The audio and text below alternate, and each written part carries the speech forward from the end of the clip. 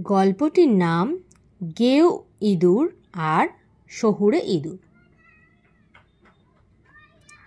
এক গ্রামে মাঠের ধারে গর্তের মধ্যে একটা ইঁদুর বাস করত। তার বন্ধু বাস করত দূরের এক শহরে।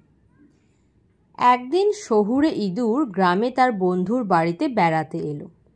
শহুরে বন্ধুকে কাছে পেয়ে গেও ইঁদুর খুব খুশি হলো। সে তাকে গ্রামের মাঠ ঘাট বনজঙ্গল ক্ষেত খামার পুকুর নিজের ঘরবাড়ি সব কিছু ঘুরে দেখালো। ক্রমে বেলা গড়িয়ে দুপুর হলো। দুই বন্ধু একসঙ্গে খেতে বসলো। খেতে বসে গেও ইঁদুর তার বন্ধুকে বলল, কি খাবে বলো? গ্রামে যা যা পাওয়া যায় সবই আছে আমার ঘরে। এই বলে সে তাকে কিছু শুকনো ফলমূল আর ধান গম যব খেতে দিল। এসব খাবার শহুরে ইঁদুরের মোটেও পছন্দ নয়।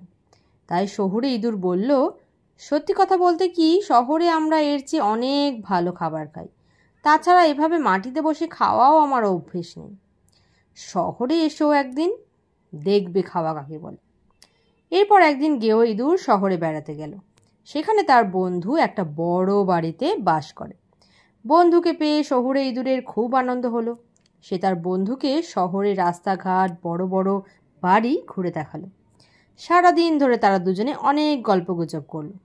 তারপর রাতে শহুরে ইঁদুর তার বন্ধুকে একটা খাবার ঘরে নিয়ে এলো।